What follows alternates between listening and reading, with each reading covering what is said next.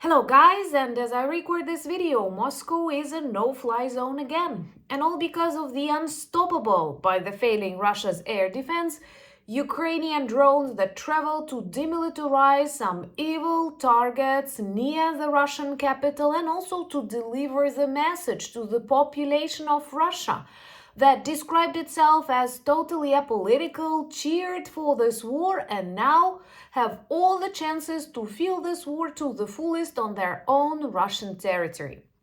Actually, last night, Ukraine used ATACMS to destroy military arsenals near testing grounds in Voronezh. And it's not the first, not the second, but perhaps the 100th time that people who live in the capital of the Russian Federation experience the signals of the air raid alert. People experience cancelled flights, hear explosions and smoke from the destroyed arsenals, military facilities, and other things. War is now the new reality of Russia, all because Putin overestimated his army, his population, and invited war to dozens of their regions. Let's discuss in this video what were we targeting with ATACMS actually for the first time during Trump's term, and why it's so important to deliver these messages to the population of Moscow. Because they actually have all the chances to influence and speed up the collapse of the Kremlin regime more than any other cities in Russia. My name is Anna, I'm from Ukraine, I'm in Ukraine, and if you want to see Putin in The Hague, subscribe and share these videos to speed up the process too.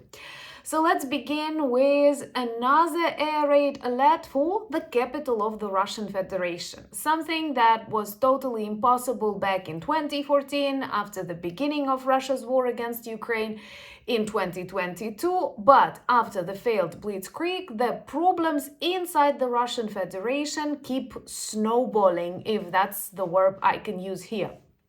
It all began with the regions bordering with Ukraine, Kursk, Belgorod, Voronezh, that experienced air raids, explosions, and actually many people decided to relocate to the safer regions of Russia.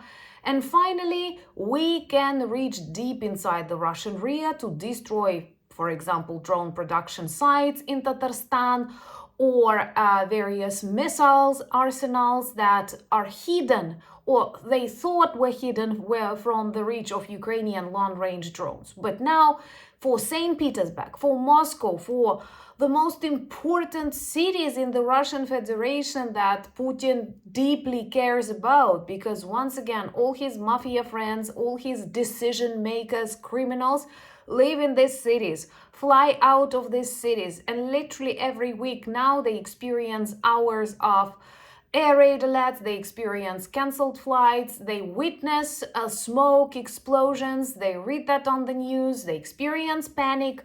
They are lucky Ukrainians only target legitimate sites, but still, it is very near. It's in the heart of the Russian Federation. Something, once again, that was totally unbelievable before Putin triggered this collapse of his regime and of his country. And actually, there are many more problems that occur during such attacks. First of all, Russians turn off internet. Mobile internet disappears from dozens and dozens of their regions, actually even from those regions that are not yet an active war zone. And it's most likely a sign that the Kremlin simply wants to hide the truth and to start censoring information even stronger. And also, during attacks, when various radio location systems are working and also protect jamming systems working, the GPS signal is not working. I've experienced that a number of times in Ukraine. You may be in one city and it can actually give you a totally different location. And we understand that's to protect us. That is, by the way, one of the reasons why many of you, when watching maps online, may see, NATO aircraft in Russia. No, it's not happening. It's how jamming systems play with us and play with GPS. But I love watching Moscowites whining about inability to reach a particular location because GPS is not working. Once again, they are lucky that Ukraine follows the rules of war, respects human life, and despite all Russia's violence keeps to, like normal human Christian rules. But there are consequences of war. And on the surface, something minor are the facts that lots of things are closed during an air raid alert. Some of your meetings can be cancelled, banks, schools, hospitals, and GPS systems, yes. And there are tons of videos of this men, women in Moscow saying, I cannot reach a specific location because I don't know the road and GPS is not working. But you wanted this war. Now enjoy it, feel it, taste your own medicine. That's the best way to understand, like I do agree with this proverb of saying, be careful what you are wishing for. You wanted war, you were saying you need to defend Russia, now you literally need to defend Russia. And what I'm glad to see that now we are allowed to use US missiles against legitimate Russian military sites. We've used ATACMS before. It's not the first time, but this time it's the first time after Trump is in the office. So perhaps Putin overplayed, the White House was very tolerant to the Kremlin gobbling. He had a lot of chances to stop this war and to pretend that everything is okay and that he is victorious. But he overplayed himself because, once again, Putin is not a strategist. He is not a clever, evil politician. He is a primitive Russian criminal. And I'm actually surprised when many of you who don't speak Russian, who don't read Russian media, consider him to be like an intellectual, when he is a typical 90s mafioso that earned his money and influence during this tremendous robbery of the state property in Russia. And I think it deserves a separate conversation on Anna Danilchuk channel that I once again advise you to subscribe to. And for example, watch the recent video about the dangers of the civil war in Russia. It's not the first time they are on the brink, and usually it ends really bad for whoever is in the Kremlin. So we used ATACMS. I always have problems with the pronunciation of this name, and you have to understand that I often hear that in Ukrainian ATACMS sounds as ATACMS, and that might sometimes influence my pronunciation. So we used them against military targets in Voronezh. It was loud, lots of videos. I'm sure that soon satellite images will demonstrate us more. But what was already confirmed is an arsenal on the testing grounds, like training grounds in Voronezh. This is close to the front lines. Now Russians are trying to push harder. They don't care about their losses. That's why they have a lot of weapons on such locations. And our task is to prevent Russians from using them against Ukraine. For example, as in Novorossiysk, we destroyed the air defense, we destroyed a storage of missiles, and this definitely saved a lot of innocent lives.